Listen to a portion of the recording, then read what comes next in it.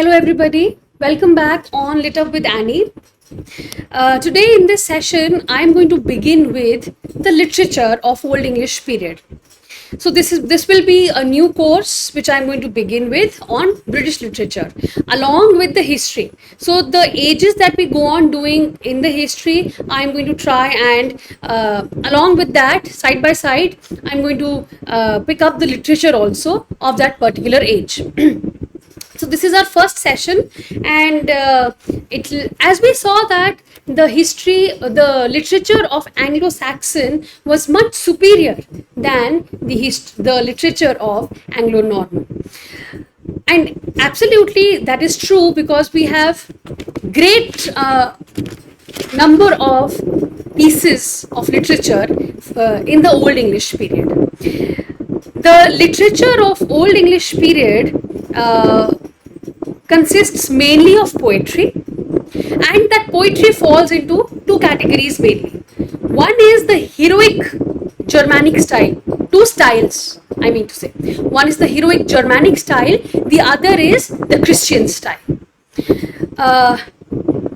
As we all know that maximum of the works that are there in these periods are anonymous. We don't really know who the author was, and for certainty we only know the names of three authors. One is Beowulf, one is Cademon, one is Aldem. Apart from these three, we're not even sure that who were the authors, because probably there was no style of signing the works as we do today.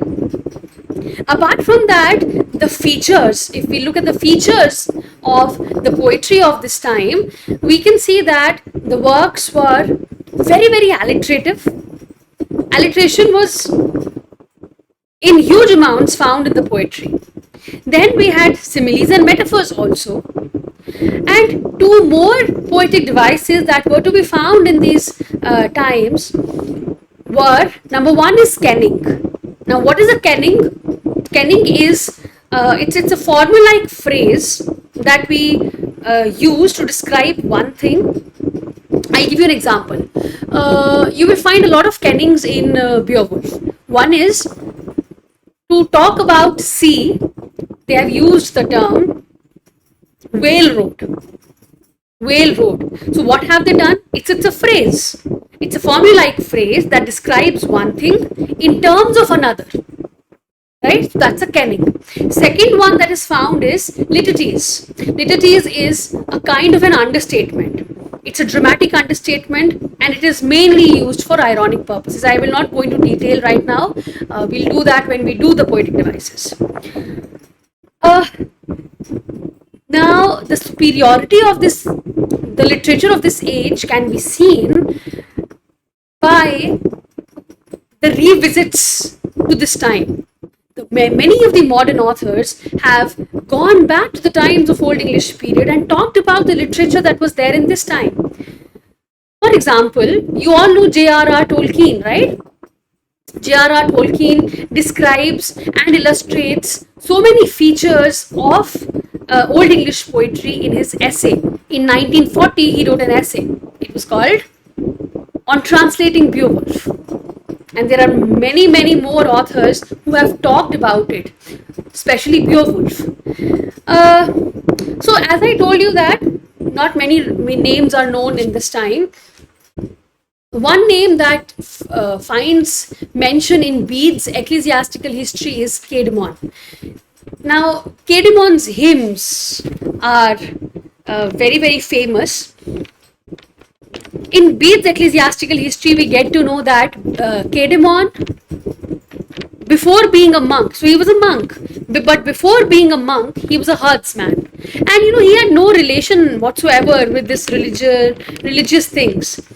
So one night he was sleeping, in his dream he got this recitation of these hymns, and in the morning when he woke up, he wrote down those hymns, or he dictated those hymns. And only that remained of Cademon's hymns, 9 lines. Apart from that, the longest, or the first poetry also we call it, it's Beowulf. It's the longest work of the time. It has 3,182 lines. There are some other works also, and Beowulf we're going to talk about in this session. I'll take you to the other works first. Some other works of this period which I want you to look upon and go through them are, in first category, heroic poems, we have the fight at Finnsburg. It has a very controversial interpretation. Then we have Voltaire, we have Widsith. Widsith is believed to be actually very, very old. See, the timeline of these works are not known. It's very difficult to put them under one time frame. Historians have just put them down according to some evidence in a certain time frame, but exact time of these works are not known. Widsith is said to be much, much older also. Dior is a very beautiful work. It's a lyric in which the author talks about, he applies so many examples of famous heroes in this work. The next category is elegiac poems. They're also known as wisdom poems. We have the Ruin. The Ruin, as the name suggests, talks about the decay of Roman Britain. So we talked about the Roman Empire when the Romans were there in Britain. The Ruin talks about when the Romans left, 5th century. What happened to the cities of that were occupied by Roman people. So it talks about the ruins. Then we have the Wanderer, another very sad tone. All of these elegiac poems have a little sad tone to them. The Wanderer, in the Wanderer, we have an old man who talks about his youth days. He talks about an attack that happened when he was young, and in that attack, his relatives, his close friends were killed. Then we have the Seafarer, another story in which there is a somber exile from home on the sea. Then we have Lays of Boethius. Lays of Boethius was written by Alfred the Great. Alfred the Great has contributed a lot to the literature of the time. Other elegiac poems are Wolf and Eadwaker, The Wife's Lament, and Husband's Message. These are some of the works. We also have some classical and philosophical kind of works. But these are the works, heroic and elegiac poems, that I want you to go through each work a bit.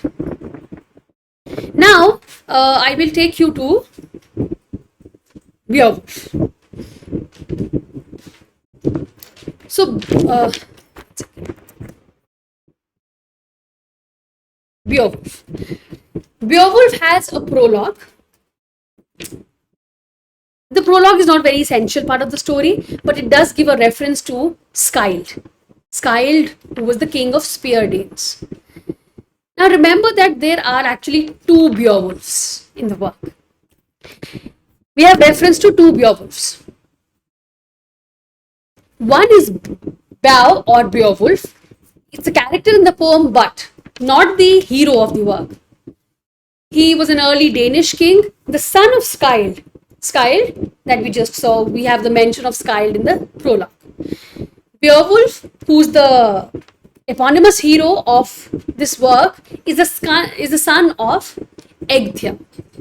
Okay? Okay. Let's begin the story. Very, very interesting and very, very entertaining. It's like, those action, we have those action movies, Bollywood, Tollywood especially. The hero can do anything, always. Hero is always powerful and everything, impossible से impossible चीज भी वो कर देता है. Beowulf भी वैसी ही है, but it is very, very ahead of its time, I would say, especially the ending. So let's see. एक बार की बात है, once upon a time, Spear Dens की कहानी स्टार्ट होता है. स्पीयर डेन्स से, वहां पे कोई राजा नहीं था. There was no king in Spear Dens. एक अननोन शिप आती है. There is an unknown ship that comes and we have a small baby who is sleeping in that ship. Nobody is sailing that ship, and there are some weapons also there in that ship. That baby sleeping in the ship is Skald, and he becomes a mighty warrior and the king of spear danes. Beowulf was a son of Skald. When Beowulf becomes strong and wise enough, Skald dies.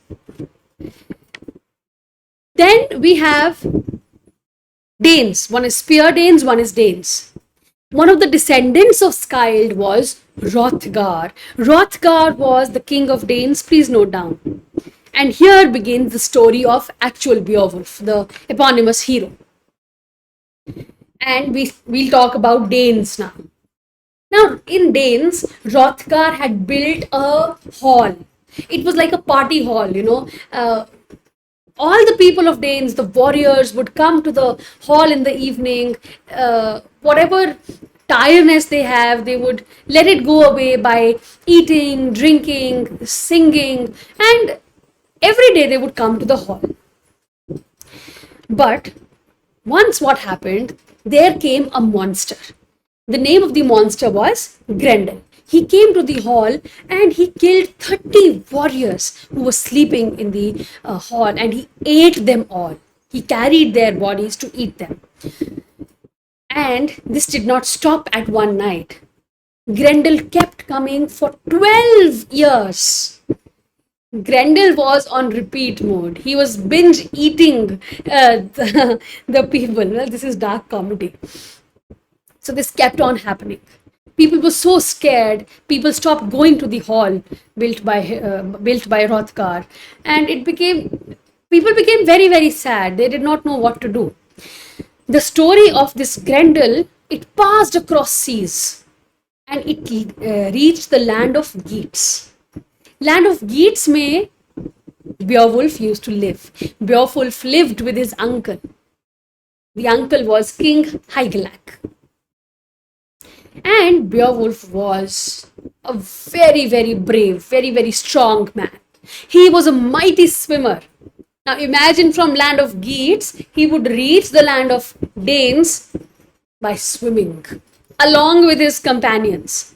So when the news reached Beowulf, he thought of helping the people of Danes. So along with his 14 companions, he started crossing the sea. And there is a very nice description when he reaches there. There's a nice description of how Beowulf is greeted. Beowulf meets with the king and the queen of Danes, King Hrothgar and Queen Welthia. So he has reached now, Beowulf. Everybody in Danes tell Beowulf about Grendel, and they warn him that be careful, please don't go to the hall, don't sleep in the hall, because Grendel will come and eat us all. But Beowulf, being Beowulf, the hero, doesn't listen. Along with his companions, he goes to the hall. And Grendel comes, like every day.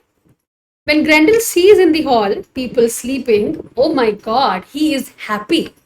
He is so happy that I have a full feast. Such stupid people.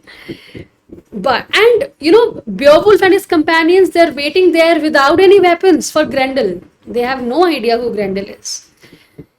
Grendel enters. The person sleeping closest to the door, he grabs that person, he bites him, he breaks his bones, he tears his limbs from limbs, and he swallows him.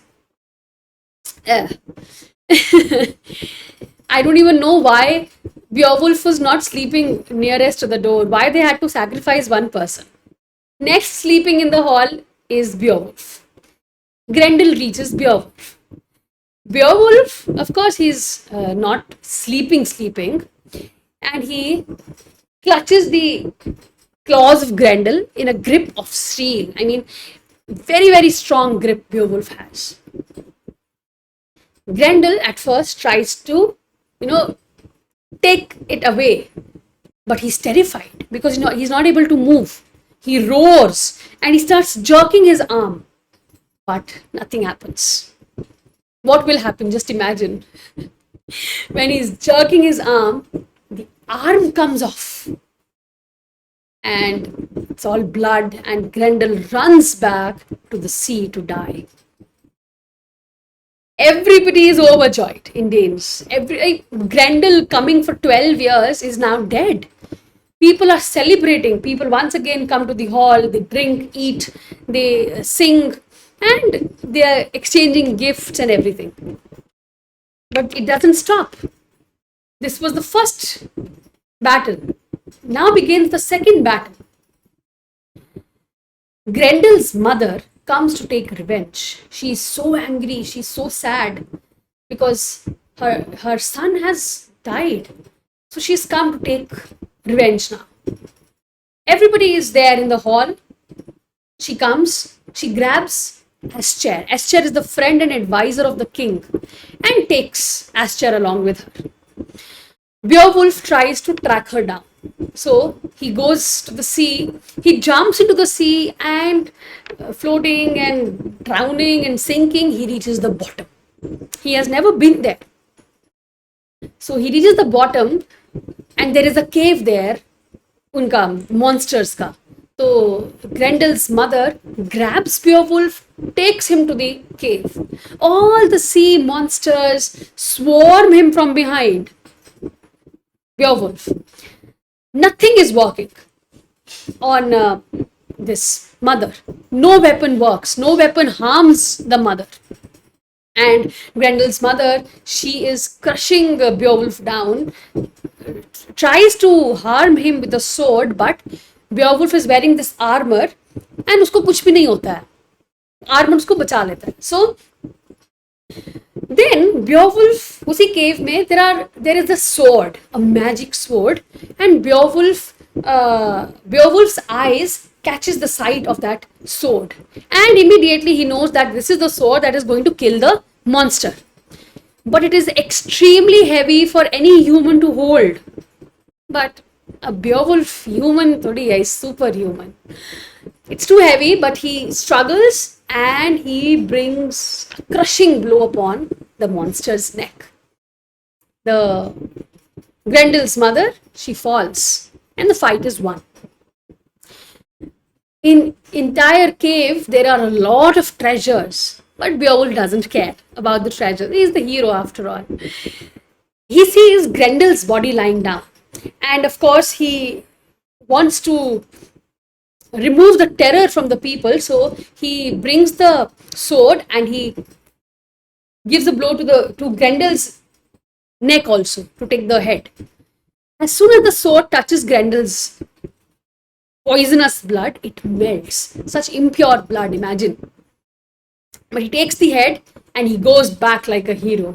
But when he reaches the shore, only few of his companions are there. And rest of the people have gone because they saw blood in the ocean and they thought that, okay, Beowulf is also gone now. Of course, it was, Grendel had terrified the people for so long that people couldn't believe that he's dead.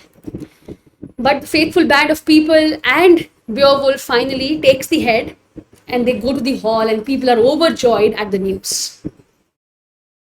Now comes the last part of the poem. We have the third battle. The story takes a leap and now Beowulf is an old man.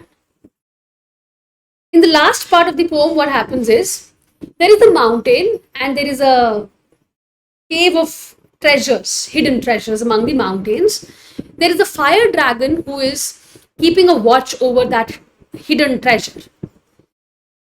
Just randomly, there is this wanderer who takes a cup, one mere cup from the treasures, and it angers the fire dragon. उसको पता भी चल गया कि इतने खजाने में से मेरा एक कप गायब हो गया है.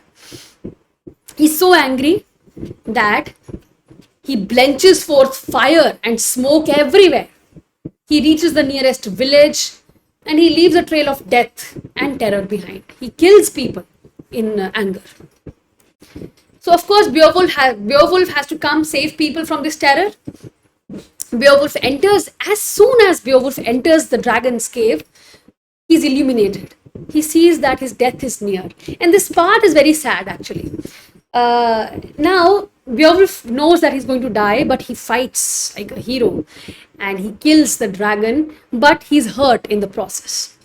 fire and smoke enters Beowulf's lungs. Wiglaf is there with him, the companion of Beowulf, very loyal, faithful companion. He helps Beowulf. He removes the armor of Beowulf. Fire dragon is lying down. He's dead. But even Beowulf falls this time.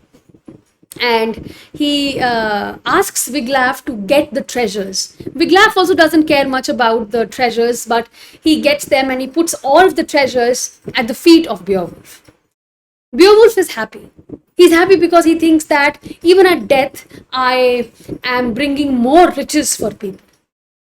In the meantime, Wiglaf had sent a message for his people to come, but when the people arrive, Beowulf passes away. Everybody mourns the death of Beowulf selflessly, and nobody really cares about the jewels lying there. So this ending, it's far ahead of its time, as I said. Hero dying at the end, it did not happen till, the modern age, I would say. So that is I think the reason that so many modern writers have gone back to Beowulf, reinterpreted Beowulf. And I want you to go and check that who are the people who translated Beowulf or reinterpreted Beowulf, and I would probably ask you in the tests to come. All right, so I will end the session here now. If you liked the video, please hit the like button, share the video with your associates, with your whoever you know who is in need of these videos, and please subscribe to the channel. I will meet you in the next session, and take care. Thank you. Bye bye.